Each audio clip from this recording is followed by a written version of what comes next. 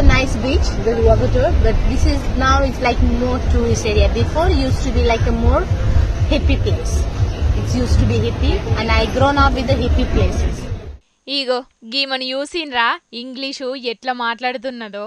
పెద్ద పెద్ద చదువులు చదువుకున్నా కూడా చాలా మందికి ఇంగ్లీషు మాట్లాడుడు రాక కొలువు కోసం ఇంటర్వ్యూ పోయిన కాడ బగ్గ అవస్థ పడతారు. గాని గీమెనైతే పెద్ద పెద్ద ప్రొఫెసర్లు, ఆఫీసర్లు, బిజినెస్ మ్యాన్ల లెక్కనే సూపర్ గా మాట్లాడుతుంది కదా. మరి గీమె ఏం చదువుకున్నదో ఏందో గాని బీచ్ ల తిరుక్కుంటా చిన్న వ్యాపారం చేసుకుంటదట. ఇక కస్టమర్లతోని కూడా ఇంగ్లీష్ లోనే మాట్లాడుకుంటా దందా చేస్తదట. ఇది ఏడైందో ఏమో గాని గీమెను తారీఫ్ చేసుకుంటా కామెంట్లు పెడుతున్నారు చాలా మంది. నేర్చుకోవాలనే పట్టుదలుంటే ఏదన్నా సాధించవచ్చని గీమను చూస్తేనే అర్థమైతుందని అనుకుంటున్నారట అడున్నోళ్ళు. It's like more Russian, German, France people coming, and now after the lockdown, after the COVID, many Indian people start to get a holiday. Yeah. Before that, I seen none of our Indians having holiday. Oh here, in Wagator. Wagator.